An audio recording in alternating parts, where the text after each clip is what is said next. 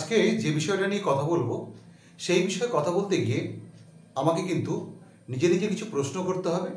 প্রশ্নটা অবশ্যই সবার উদ্দেশ্যে এবং সবার হয়ে আমাকে কিন্তু উত্তর খুঁজতে হবে, অর্থাৎ উত্তরটাও মোটামুটি কী হতে পারে সেটাও উপস্থাপন করতে হবে। তো এই কোয়েশ্চেন আনসার সিরিজ বা কিউএনএ সেশন যেটা প্রথম দিকে থাকবে আজকের এই কথা প্রসঙ্গে, তার প্রথম প্রশ্নটা এবার আপনাদের করে ফেলি। আচ্ছা, আমরা স্ট্যাচু কাদের বানাই? সিম্পল আনসার, কোনো মহাপুরুষের, কোনো কৃতি মানুষের স্ট্যাচু বানাই। আর স্মৃতিস্তম্ভ কাদের বানাই? সচরাচর আমরা আমাদের কোনো প্রিয় মানুষ, পরিবার, পরিজন যারা গত হয়েছেন তাদের স্মৃতিস্তম্ভ বানাই। এবারে পরের প্রশ্ন, কেন আমরা স্ট্যাচু বানাই? এই প্রশ্নটার উত্তর দেওয়া কিন্তু এক কথায় খুব মুশকিল।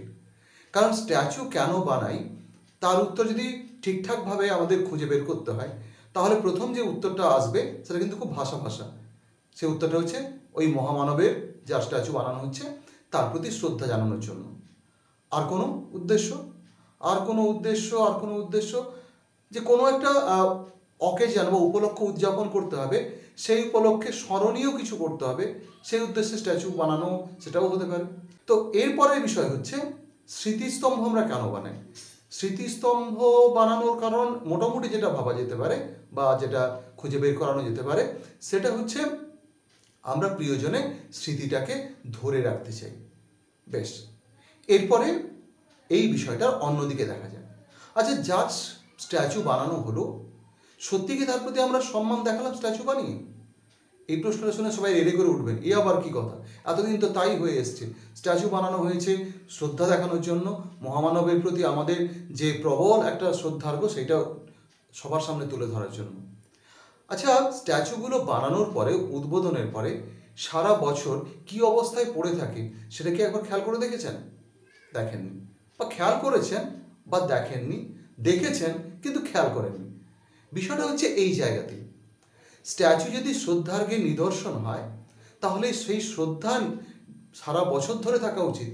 যে মানুষটার প্রতি শ্রদ্ধার্ঘ্য নিবেদন বা শ্রদ্ধা দেখানোর জন্য আমরা স্ট্যাচু বানালাম, তার যত্ন আত্মীয়টা ঠিকঠাক হওয়া উচিত, কারণ তিনি আমাদের হৃদয়ের কাছাকাছি থাকা কোনো মানুষ।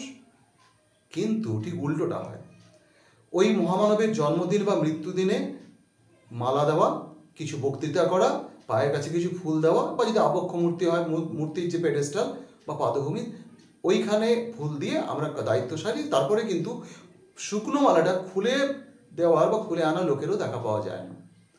এবং এই স্ট্যাচুগুলো বেশিরভাগ ক্ষেত্রে যেহেতু ওপরে ছাউনি থাকে না, তাই তার উপরে যত রাজ্যের পাখি এসে বিষ্ঠা ত্যাগ করে, নোংরা সারা বছর জমতে থাকে, যে সমস্ত ধুলো, মাকড়সার ফাঁদ ইত্যাদি জমে স্ট্যাচুটা বিবর্ণ হতশ্রী দেখাতে খুব একটা বেশি সময় নেয় না।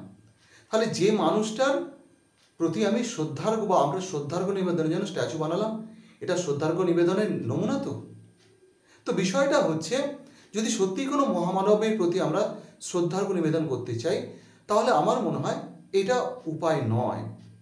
কারণ শ্রদ্ধার্ঘ্য নিবেদনের সবচেয়ে ভালো উপায় হচ্ছে ওনার যে কর্মপথ, ওনার নির্দেশিত যে আদর্শ, তার জীবন আদর্শ, এগুলো যদি আমরা আমাদের কাজের মধ্য দিয়ে, আমাদের জীবনের মধ্য দিয়ে অনুসরণ করতে পারি এবং তুলে ধরতে পারি, তাহলেই সেটা সবচেয়ে বড় শ্রদ্ধার্ঘ্য নিবেদন হবে।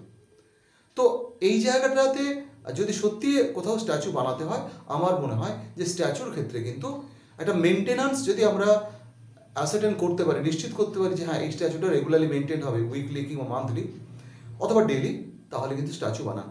আর একটা রিকোয়েস্ট আপনাদেরকে, স্ট্যাচুর উপরে প্লিজ একটা ছাউনি, সম্ভব হলে সুদৃশ্য ছাউনি, দায় সারা গোছে অ্যাজবেস্টাস দিয়ে ছাউনি মানালেন এরকম নয়, স্ট্যাচুটা যেরকম সুন্দর হয়েছে তার ছাউনিটা যেরকম সুন্দর হোক। তো এইভাবে যদি আমরা একটু ভাবি না, তাহলে মনে হয় স্ট্যাচু বানাবো তো ভালোভাবে বানাবো, আদারওয়াইজ স্ট্যাচু না বানিয়ে ওই মহামানবের আদর্শটাকে আমরা তুলে ধরবো কর্মের মধ্য দিয়ে।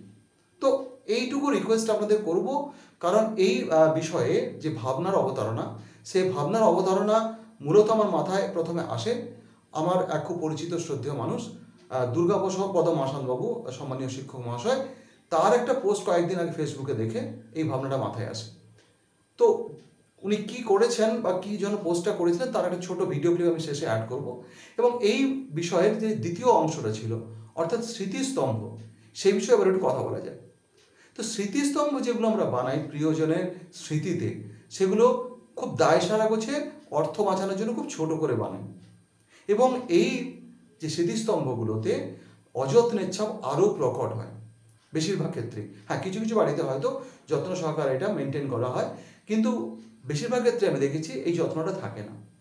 সেখানেও একই রকমভাবে পাখির বর্জ্য পদার্থ, সঙ্গে অন্যান্য নোংরা, এমনকি দেখা গেছে যে আমি বহু জায়গাতেই দেখেছি যে বিভিন্ন প্রাণী, কুকুর বেড়ালের মলমূত্র ওখানে পড়ে রয়েছে।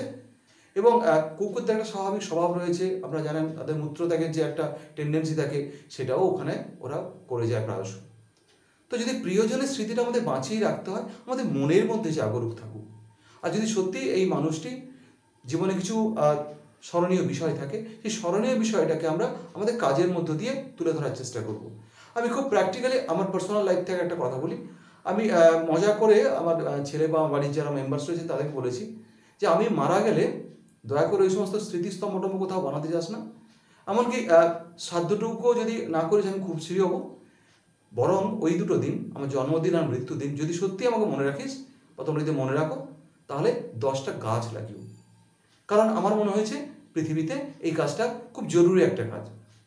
আমি এটা জাস্ট ব্যক্তিগত একটা উদাহরণ টেনে বললাম এই কারণে, ভাবনাটা এই আঙ্গিকে হওয়া উচিত। অ্যাকচুয়ালি এই সমস্ত বড় বড় যে সমস্ত স্ট্যাচু বানাই, তার পেডেস্টালে আমি অনেক সময় মানে পদভূমিতে মানুষকে ঘুঁটে দিতেও দেখেছি। অর্থাৎ এই জায়গাগুলো যে ফেন্সিংটা করা হয়, সেই ফেন্সিংয়ে যত রকম আবর্জনা ফেলি আমরা, বাস স্ট্যান্ড বা বিভিন্ন জনবহুল জায়গায় যে সমস্ত মূর্তি হয়, সেখানে যত রকম আমাদের খাওয়ার প্যাকেট তার ভেতর ফেলে দিয়ে আসি। অ্যাকচুয়ালি আমরা তো খুব দারুণ সচেতন নাগরিক, তাই আমাদের সচেতনতার এই সমস্ত প্রমাণ আমরা রেখে আসি।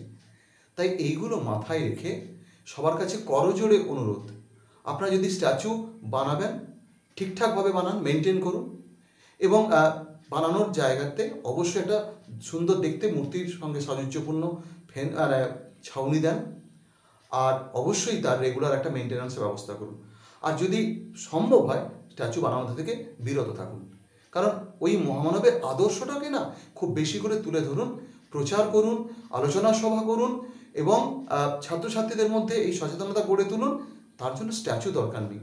স্ট্যাচু যদি সত্যি ওনার প্রতি সম্মান প্রদর্শনও বানাই, তাহলে কিন্তু তার জীবনাদর্শটাকে অনেক বেশি করে তুলে ধরা দরকার স্ট্যাচু বানানোর থেকেও। তো এইটা হয়তো আজকের যে কথাগুলো বললাম আমি, অনেকেই সহমত হবেন না, অনেকে হয়তো আমার প্রতি বিরক্তও হতে পারেন, অনেকে আবার এগিয়েও যেতে পারেন।